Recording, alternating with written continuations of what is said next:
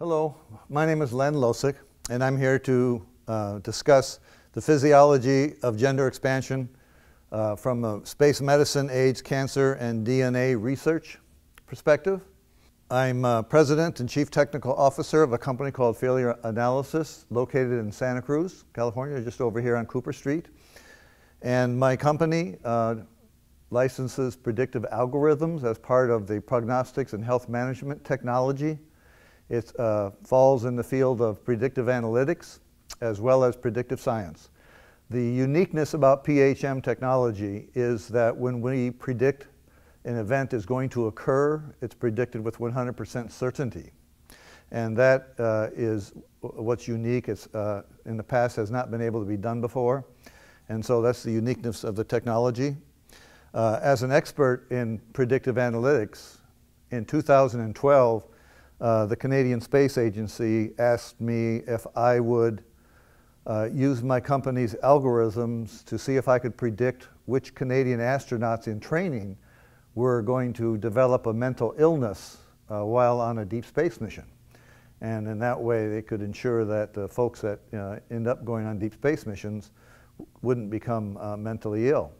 And so I applied our technology. And our results are included in this presentation, as well as several publications. And the results of our research for the Canadian Space Agency also went over to NASA, and who are now responding to it as I speak.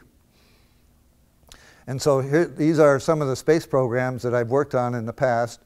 I was the GPS, the Boeing GPS Global Positioning System Space and Ground System Manager, responsible for getting the work necessary to get the GPS program funded by the Department of Defense, by the Air Force. The NASA Space Station, I did design work for it. The NASA Space Shuttle, we had to redesign to launch 4 GPS spacecraft simultaneously back when the Space Shuttle was being used to launch military satellites several decades ago. The far one in the corner is a constellation of satellites called Global Star, and it is a independent telephone system in space that doesn't require the use of any ground-based telephone poles or telephone lines or Wi-Fi. And these are what, this is the constellation of satellites that use what's called a satellite phone. That's one of 2 systems. The other one is called Iridium, and they're competitors to each other. This is the Atlas rocket that is used to launch the GPS satellites. Let me say a little bit about the complexity of the GPS program. These satellites that I was responsible for the design and launch and test of in order to get the program funded, these are at an altitude of 12,000 miles in height off the surface of the Earth. So each one of those satellites is up 12,000 miles. And the satellites for Global Star roughly sit around 400 miles up. And so these are in a 12-hour orbit at 12,000 miles. And what's called the geostationary orbit or geosynchronous orbit, which is a 24-hour orbit, those satellites are up at 22,000 or 24,000 miles up in space along the Earth's equatorial plane. This is a Titan solid rocket launch vehicle. Started out as an ICBM, and I was responsible for the design and test of the solid rocket motor assemblies here. This is the Intelsat 7 satellite that I was responsible for the design, and this is the first satellite ever designed to be used with prognostics and health management technology by myself. And this is the satellite, commercial satellite that I did the design work here in Palo Alto. This is the NASA GOES satellite, where I was the satellite test manager, responsible for the design and test. The work that we did on the Hubble telescope that was built by Lockheed Martin Lockheed Missiles and Space Company in Sunnyvale. I participated in doing some failure analysis work for NASA on the Hubble. This is a picture, this is an artist's concept of the GPS operational satellite that is in this constellation of satellites up here. That is a result of the work that I did in the test and evaluation phase where I was able to get it funded by the Department of Defense. So these satellites, although it's hard to tell, are actually made up of a group of satellites built by Boeing. After I helped win the program funding, my company won enough money, about $4.5 billion for another 52 GPS satellites, and that was used to fill the constellation. Let's see, I think that's about it. So these are just examples of the different space programs and launch vehicle that I was responsible for. And as I mentioned, this Atlas launch vehicle is the one that was used to launch the first 12 what's called Block 1 GPS satellites that I used to generate the technical data that was used to fund it. And GPS at the time was actually competing with two different satellite-based navigation programs, one called Timation and the other one called Transit. And they were funded completely by the US Navy in support of their Trident missile programs on their nuclear-tipped, their submarines that had the nuclear-tipped missiles on them. And so there was already two existing low-altitude satellite-based navigation systems when we were able to get GPS funded. And eventually those two Navy programs were eventually turned off and defunded. And so these are some of the companies that I've worked with and worked for. Everybody from Lawrence Livermore Labs up in Livermore, Boeing down in Southern California, NASA headquarters, NASA Ames, L3 Communications. This is just the US Air Force on the GPS program. And so Lockheed Martin as well, Avaya, these are telecommunication company, Avaya, Tektronix. I was able to embed our predictive algorithms in the equipment that the telecommunications industry uses in order to run the telephone landlines, the old original telephone systems. They can sustain be on fire for 10 minutes. They can operate through an 8.0 earthquake, and they have to be able to operate through the 1 in 100-year flood. And so those are why the old telephone systems always worked whenever there was a natural disaster. And so some of the different industries that PHM technology is currently being applied to includes the medical industry. And in fact, the medical industry has actually been using the process within PHM technology for about the last 2,000 years. Now, investing, the PHM, what's called the prognostic analysis or the predictive algorithms have actually replaced the stockbroker on the floor of the stock exchange. Companies are now using computers and embedded predictive algorithms to decide which stocks and which investments to buy and then when to sell. And 60 Minutes on CBS several years ago did an in-depth story on it. And of the companies that they were able to get that agreed that they were using predictive algorithms to purchase their investments, they all claimed that not one of them had lost one penny. And the process is what we refer to today as the electronic trading. And they actually can trade at a rate of about 40 million transactions a second. And so when you're doing that kind of volume in terms of trades, when you're using electronic trading, it's what causes the investment market to collapse sometimes and get bogged down and shut down because of the sheer magnitude of electronic trades that are possible by using these predictive algorithms from the PHM technology. In law enforcement, predictive policing is just now getting started. The city of Santa Cruz uses predictive policing in order to compensate for a lack of police officers. The city of Salinas does so as well. The city of Los Angeles has also bought the software for predictive policing. And it was developed in order to compensate for the lack of law enforcement employees when the cuts had to occur as a lack of taxes and funding that was available for the police. And so on the east coast of the United States, IBM, the company IBM, has its own version of predictive policing software that it is out marketing to cities in order to compensate for the lack of police officers available on the streets.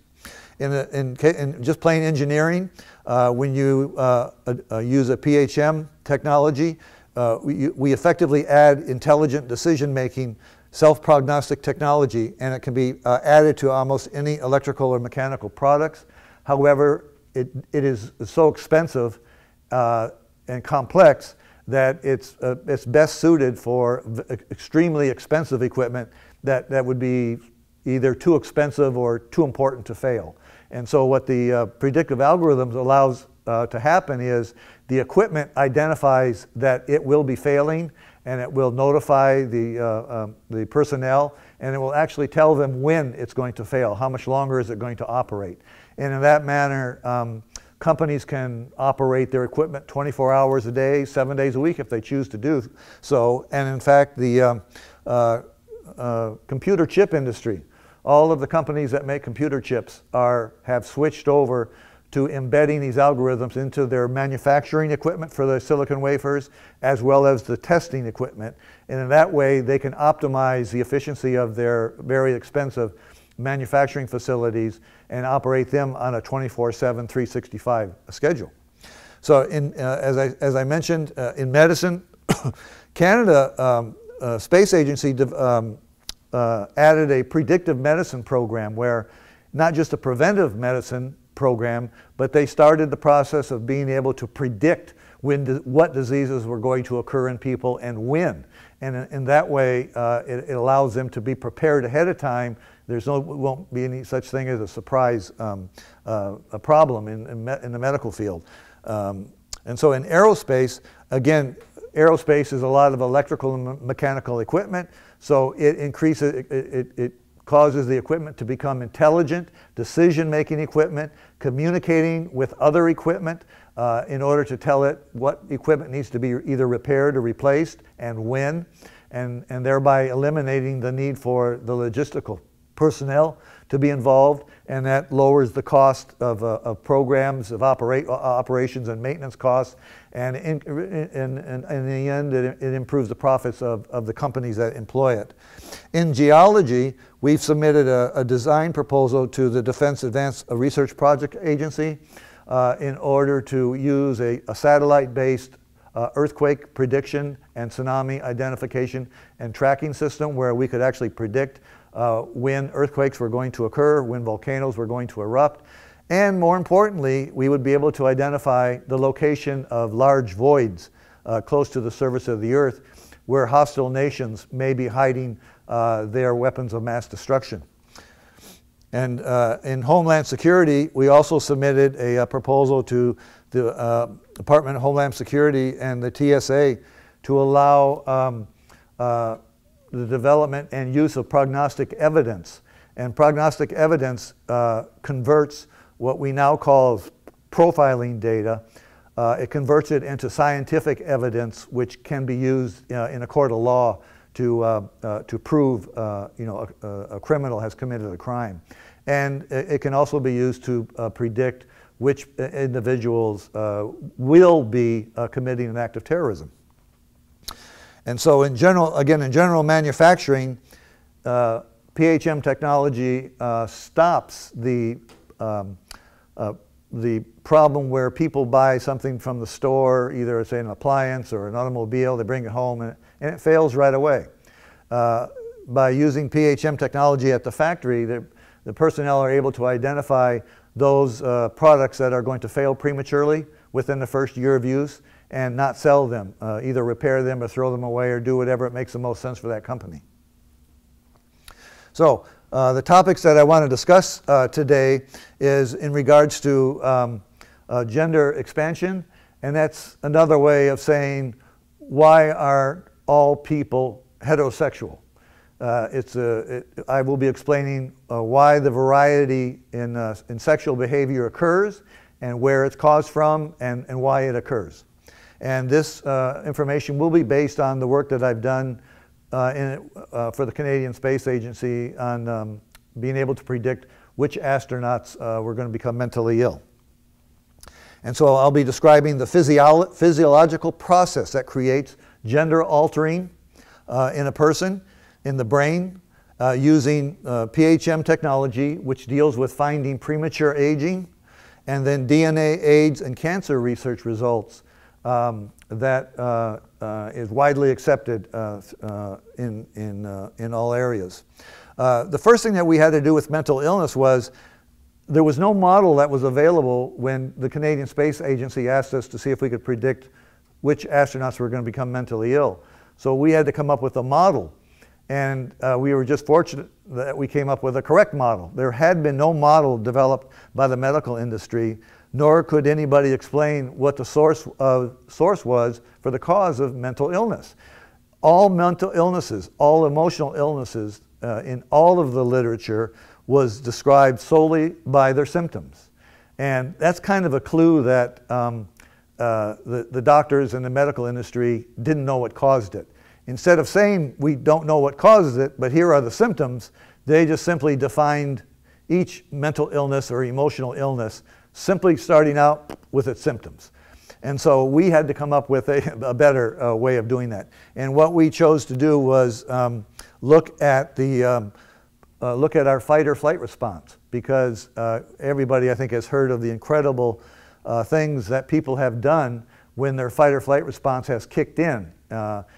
Anything from lifting cars, to swimming miles with the strength and with the ability that the fight or flight response can trigger in a person. It just made sense that there might be, it may be the sole reason or the sole source of the cause of a lot of things that occurs in the body. And so we discovered when we went to the fight or flight response as the cause of mental illness, we also discovered that it could be responsible for childhood autism, diabetes, and arthritis, as well as all immune and autoimmune system diseases. Even cancer, which is, causes premature death, as well as mental illness for the Canada's manned space program. And the physiology for all of these things is exactly the same that I will be discussing for that allows gender expansion to occur.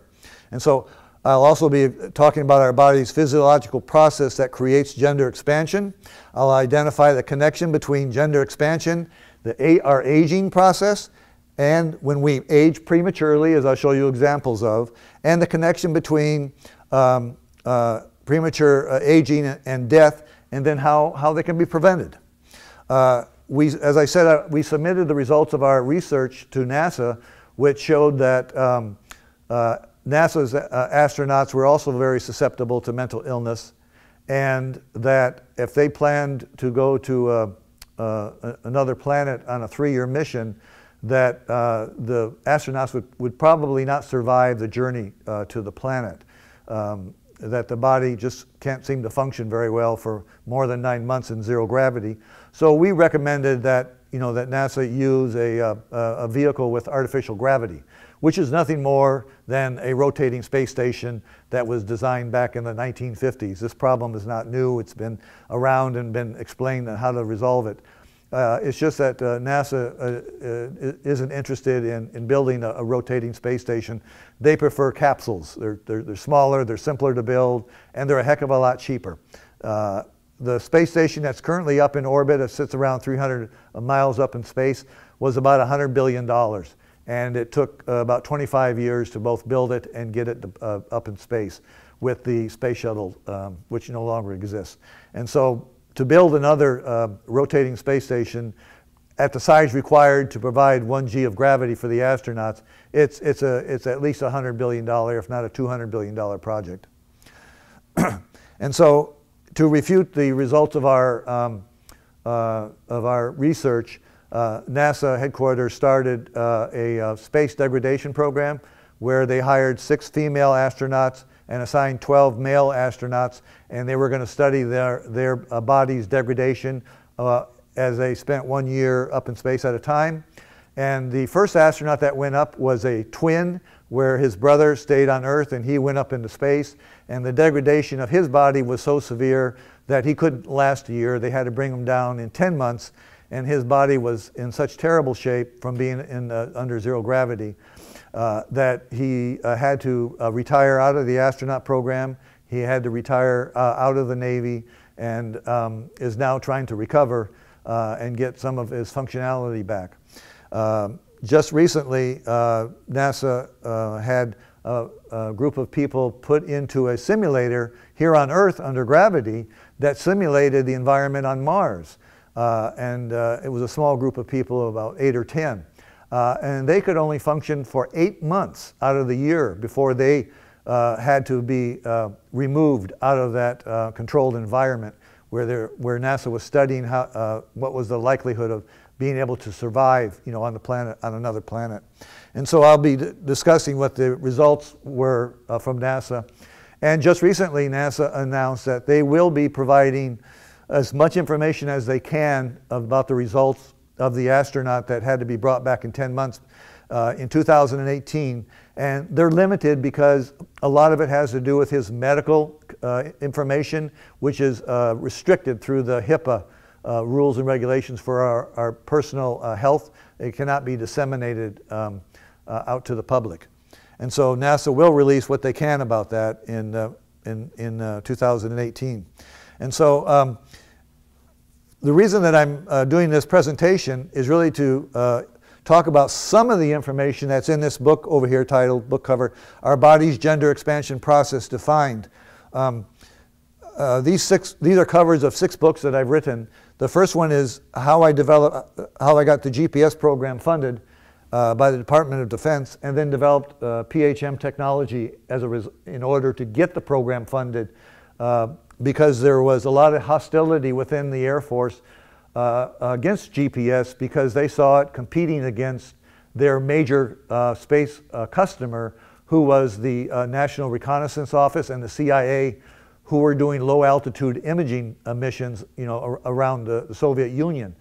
And a lot of the officers within the Air Force knew that the GPS program was so large that it could absorb all of the space resources of the low altitude spy satellite program. And so they feared that GPS would take control of all of the military space assets.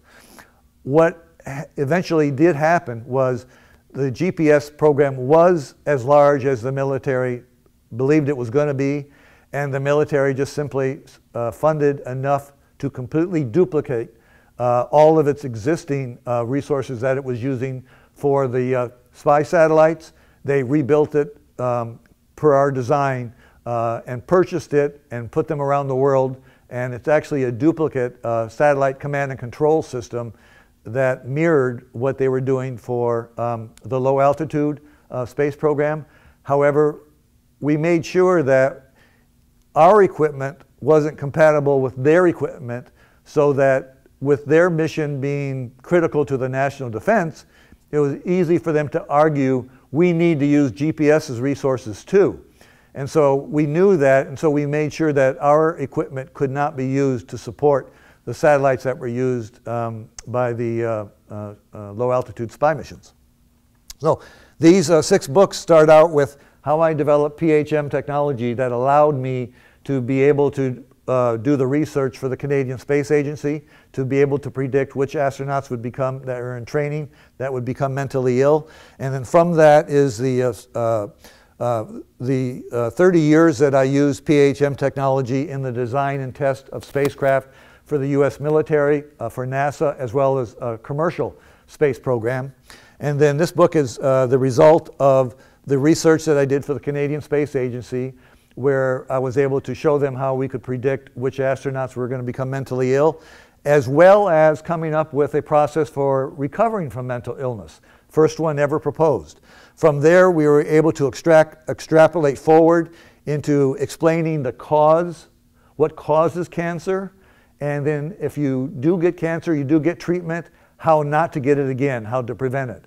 Historically, you know, some people that when they do get, we can explain why people get cancer, and we can explain how people get it again after it's been treated, and then of course how not to get it. And then further, we were, as I mentioned before, we were able to look at childhood autism. We were able to explain using, again, the results of our PHM technology, the research done in DNA, in the AIDS research and cancer research. We were able to explain the cause of childhood autism, childhood arthritis, as well as childhood diabetes. And then for those that are recoverable, which is childhood arthritis, how to recover from them. And then from there, again, going forward, we could now explain what causes the variability in our sexual gender, meaning why are some people have a difference between their physical gender and the gender that's in their brain psychologically, and why the difference occurs.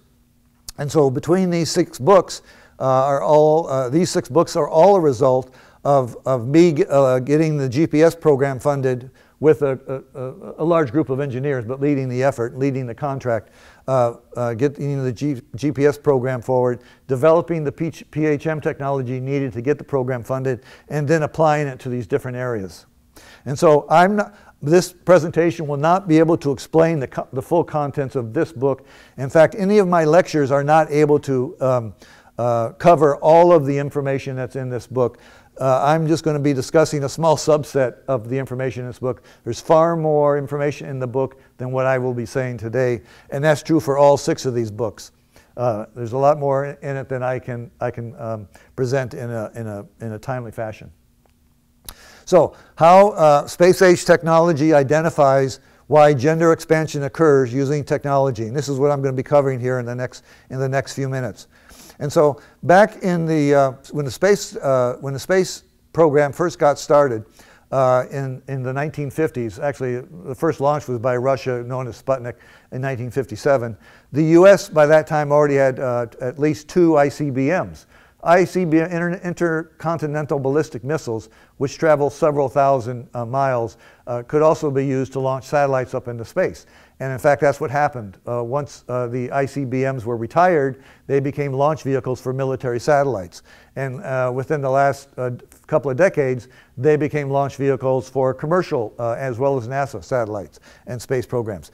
This is the graph that shows how many satellites were actually launched in space for any given year, and how many of them failed in that same year out of those 4. And either the satellite could fail or the launch vehicles could fail, and the mission was considered a failure, total failure. And so for every year since 1970, this just shows that roughly about 25% of all space missions that are launched fail completely every year, and have done so and continue to do so.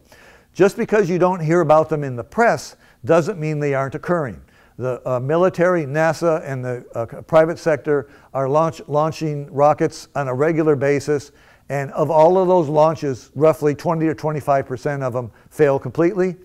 The military satellite, the military space missions, and the NASA space missions, they're paid for by the taxpayer, the yours and mine taxes. Whereas the private sector, they actually get insurance that in the event they have a failure, the cost of the insurance premium is factored in the cost of the services, and so it gets paid back. And so those are not paid for by the taxpayers, but by the people who use the services that the satellites provide.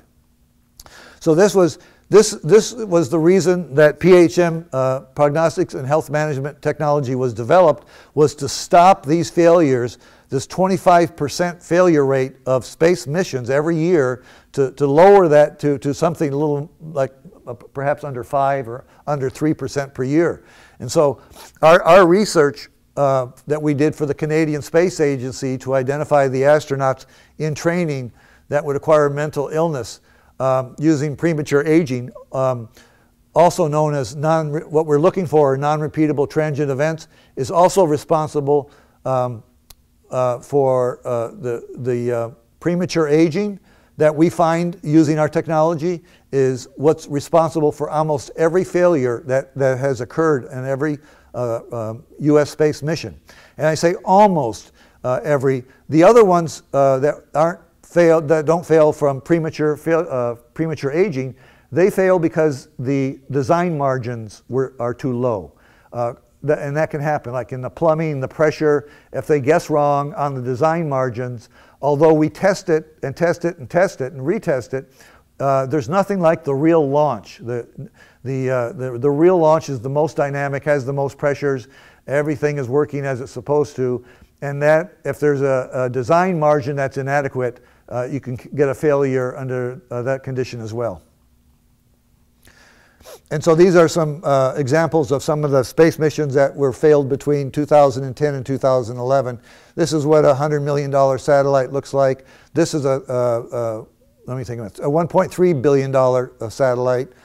This is like about a $60,000 launch vehicle. This is about a $150 million satellite for Intelsat. This is the Russian Proton a rocket that's used to launch astronauts from the Earth to the space station, because we shut down our space shuttle program. This is called a Proton, and it's called a Proton M because it uses a special upper stage that the payload sits on that puts it in its final orbit. But this one happened to have failed back in July of 2012. That is the upper stage called the upper stage failed, not the rocket itself. But this is the rocket that Russia uses to launch our astronauts up to the space station. This is an Indian from the country of India. They've gone into the space program. This is a $150 million Indian rocket and satellite that failed in 2012. And here's another one. They did two in a row. Here's $225 million each. Eutelsat commercial communication satellites, two failed one right after another. And so these communication services that these kinds of satellites provide, they're not there. So the companies that launch these and have them fail aren't making the income that they were expecting, but their insurance that they buy makes up for that. So why, as I explained earlier, PHM is needed in the aerospace program because we have such a high 25% premature failure rate. Instead of going back, when the premature failures began occurring back in the 1950s and 1960s in the space program, instead of the government and the military telling the contractors, go back to your factory and figure out why your equipment is failing, instead of doing that, the government decided to, for comparison purposes between bids from different companies, was to use probability analysis. And they provide equations over to the companies for them to fill out, and that they would have to meet a certain value using probability analysis. They also required the companies to add quality control programs. They also required the companies to, when they buy the parts, that those parts be traceable, and then be able to know where all of the rest of the parts went. If any of them that failed on one program, did they accidentally get used on other space programs? And so there was a whole bunch of testing that was added to the contracts for the builders of satellites and rockets to do, all trying to eliminate the equipment that's going to fail prematurely. Well, all of these things that the government added to the contracts for the companies that wanted to build satellites and rockets for NASA, for the military, and for the commercial sector, the results of all of that was about a 25% reduction in the number of failures, meaning that before these programs, these government programs were instituted, the space program had roughly about a 50% failure rate. And after they instituted all of these very, very sophisticated, very, very complex tasks for companies to do, the number of failures got reduced down to between 20 and 25%. So that's roughly about a 25% reduction. Did not eliminate failures, on the contrary. It did cut the rate in half, but that's not good enough. PHM technology offers the opportunity to bring the premature failure rate down well under 5%. This chart right here, if you're if you could read the graphs, this is intended to show how premature aging of parts causes equipment to fail prematurely. Each one of these lines represents the life of a part within a little electronic board, and how they age over time. And parts that are in satellites and rockets should operate for at least 7 years without failure. But what this shows is how they vary, and each part ages at a different rate. And then it also shows this is the data, the engineering data that the engineers get from these parts, and they would see these spikes in the data, and they wouldn't understand what was happening. And so they diagnosed that as systemic noise in their engineering data because they couldn't figure out what it was coming from. And all it was coming from was when one of these parts aged so much that it eventually caused a transient event within the unit itself, kind of like a hiccup, and that hiccup could be seen in the engineering data that they received to understand what was happening inside. But instead of associating these spikes with transient events, they conveniently diagnosed it as systemic noise, and they didn't have to look at it again. And as a consequence, equipment that had these non-repeatable transient events in it would fail prematurely, and there was no consequences.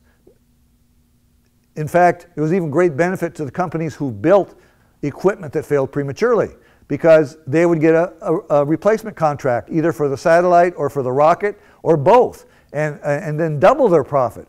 And so there's a disincentive provided by the government to companies to fix or find out why their equipment was failing prematurely. The mathematics of PHM is very simple, and again, this is the mathematics that is used by the medical industry. And so what we start out with is when you go to the doctor, what's he do? He asks you questions, and he has you get tests, and he gets test data back. He takes a look at that data, and he does what's called a diagnostic analysis. And so from that diagnostic analysis, he can then make a prognostic analysis. He can then, from the evaluation of his diagnostic analysis, he can then predict what is likely going to happen to you with whatever disease you have. And so starting out with time series data, which is heart rates, blood pressure, those kinds of things that a medical doctor gets, that's called time series data. And then you analyze the time series data, you end up with diagnostic data. You then analyze your diagnostic data, you end up with prognostic data. You then analyze the prognostic data, and you end up with how much longer the equipment is going to, or the person is going to live.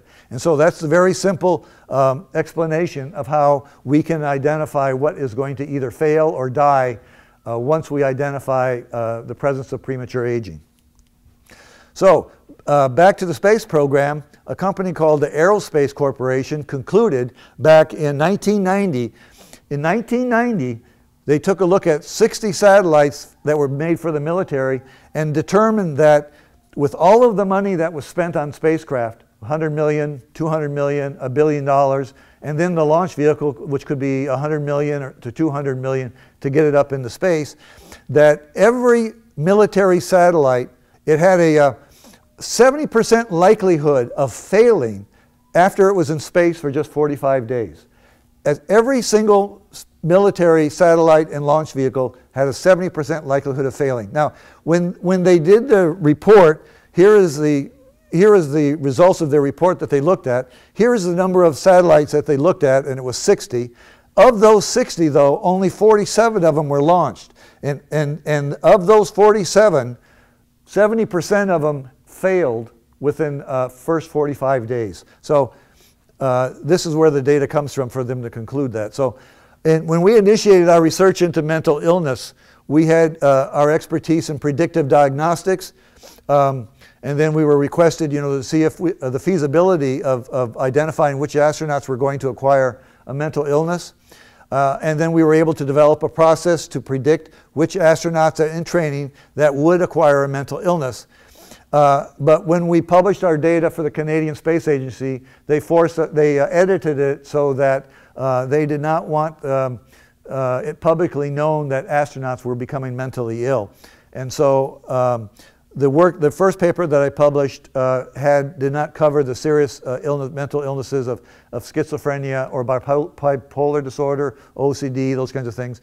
But I did publish them in a paper referred to as its titles, Using the Brain's Fight-or-Flight Response for Predicting Mental Illness on the Human Spaceflight Program, and that is available online in the American Journal of Applied Psychology. And so I talk about premature aging in people, and so and how is that related to mental illness? We often look at presidents both before and after they serve, and clearly you can see on these three cases of President Bush and President Lincoln and President Obama what they look like before and after. This is what is an example of premature aging. So what we had to do was find out what caused premature aging in the human body. And what we found out was the cause is from overexposure to two chemicals that are released by the fight or flight response.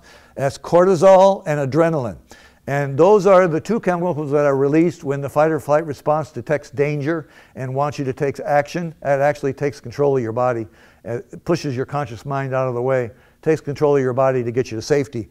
And it does that by releasing cortisol and adrenaline, which is then flushed through our body. And then it's able to take control of our body and do what it needs to do to get us to safety. So what we found was, from published research, that the brains of the seriously mentally ill experience two things: self-induced brain damage, and that's done by the fight or flight response changing the ratio of the chemicals in the brain just slightly, causing mental illness. And also there is a measurable shrinkage of our frontal lobes for people with severe mental illness.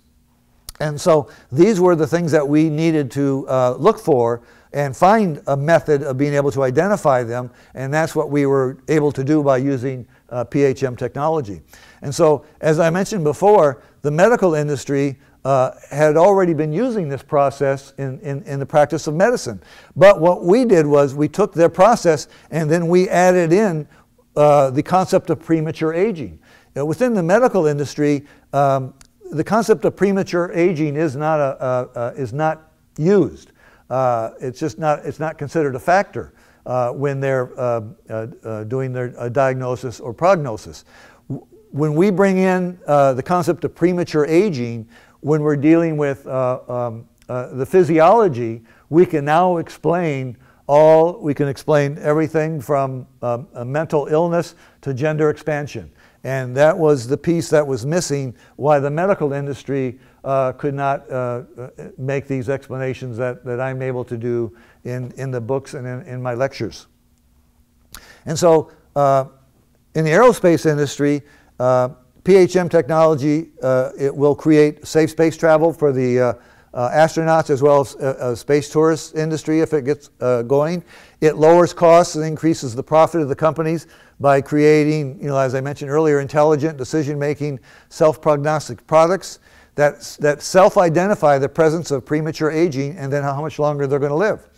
We've requested that NASA and the U.S. Air Force, which are the largest purchasers of spacecraft in the world, now start penalizing the companies when they buy spacecraft that fail prematurely. And in 2014, per our suggestion, Major General John Sheridan, who headed up the Air Force's Space and Missile Systems Center down in Los Angeles, fined Lockheed Martin over here in Sunnyvale $10 million for the premature failure of the $1.3 billion AEHF satellite.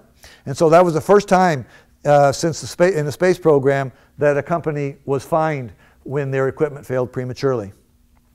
Here's the list of the types of the algorithms that we license to different companies and just what their name is and a little summary of what they do. But these are the ones that we license that are our proprietary algorithms, and so that's what they look like in name. So how is the cause of mental illness related to gender expansion, autism, cancer, diabetes, arthritis, and all autoimmune and immune system diseases? And that's what I'll be talking about.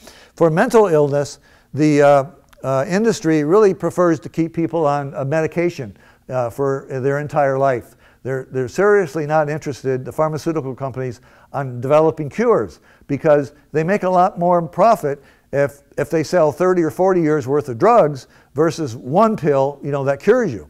And so the pharmaceutical industry and thus the medical industry relies solely on pharmaceutical drugs for treating mental illness. We didn't like that. We said we wanted to find a cure. We weren't interested in keeping people on pills.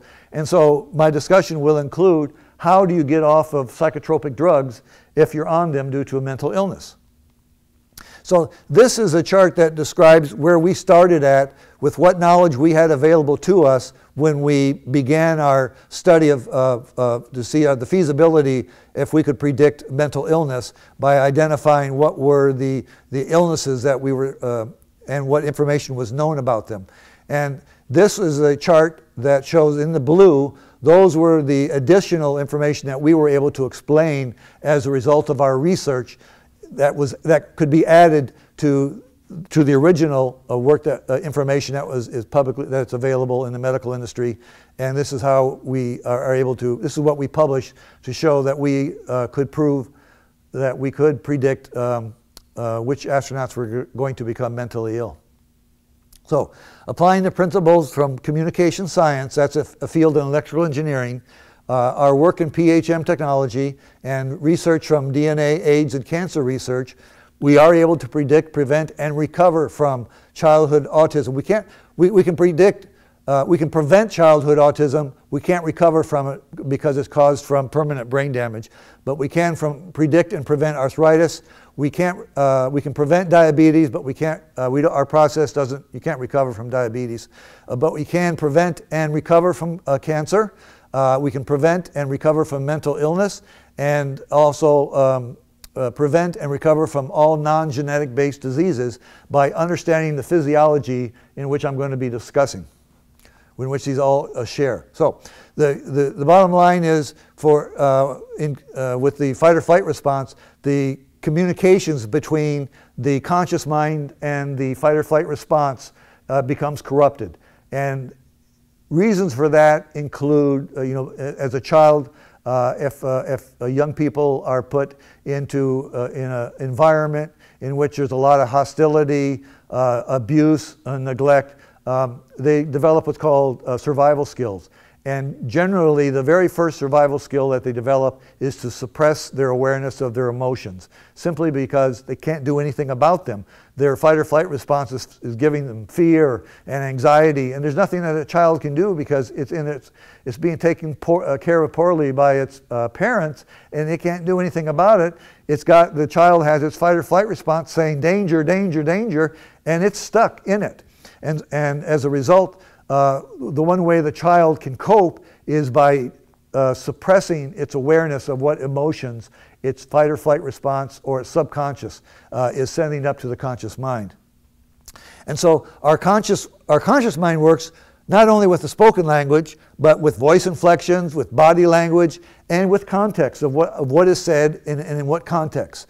Words, unfortunately, in sentences have multiple meanings depending on the context. And so it's not, those words aren't used by the fight or flight response. You can't use those to help with the fight or flight response.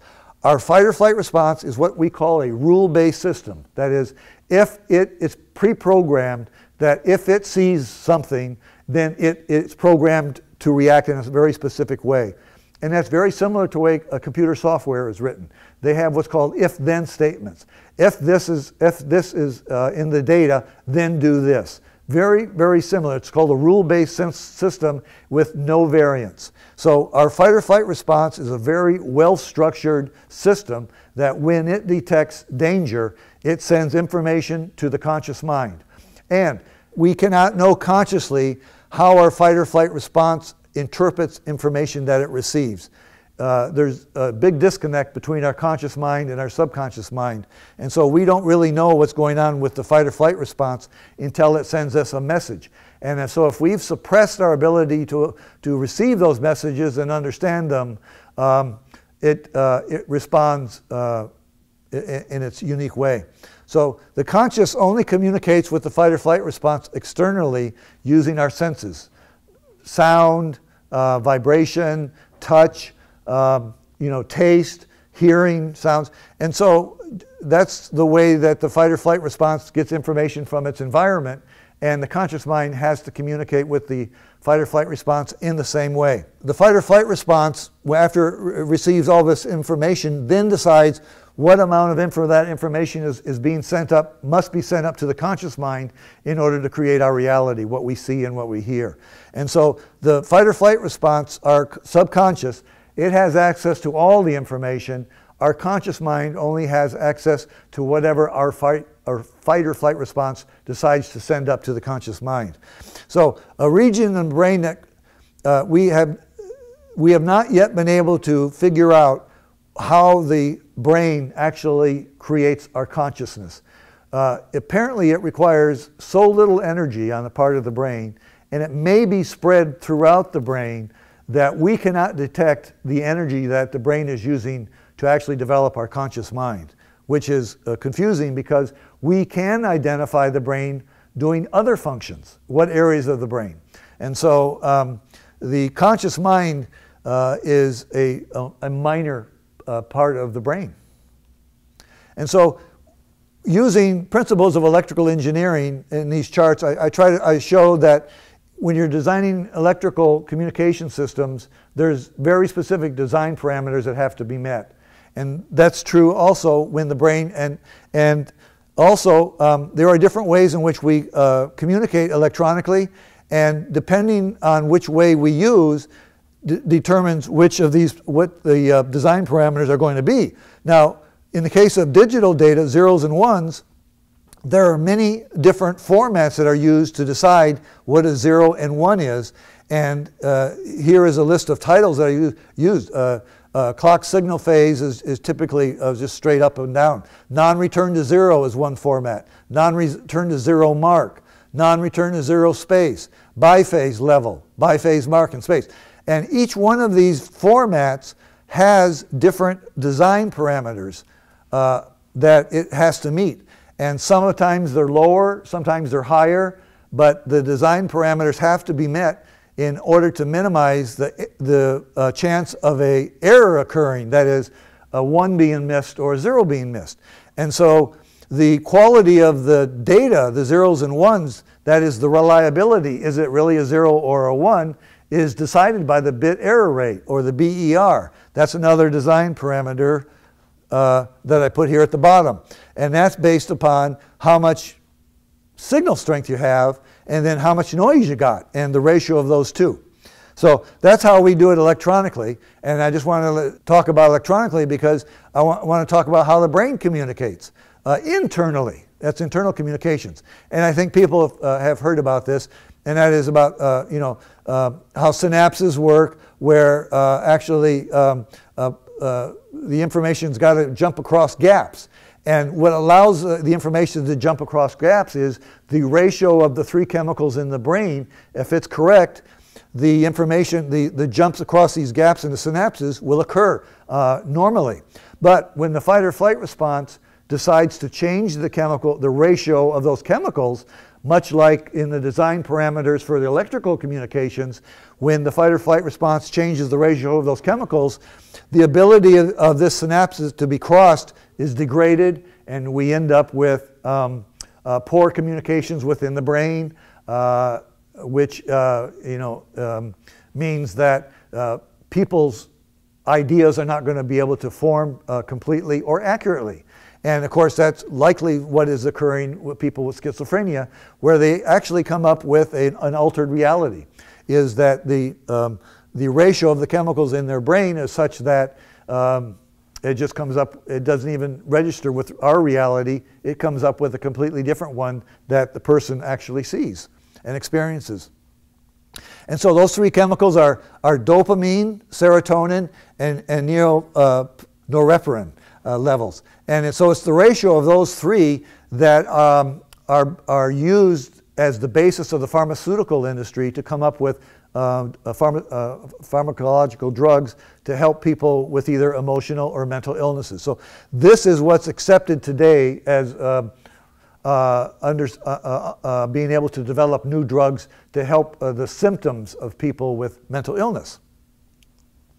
So here is a comparison between, when I showed the block diagram, for the electronics, we try to do a similar thing for the brain in order to be able to compare it, and it works pretty well. And so, in the next presentation, I'll be covering why can PHM technology, communication science, the research in AIDS and cancer and DNA, define the cause and recovery for adult and childhood autism, cancer, arthritis, diabetes, mental illnesses, as well as gender expansion.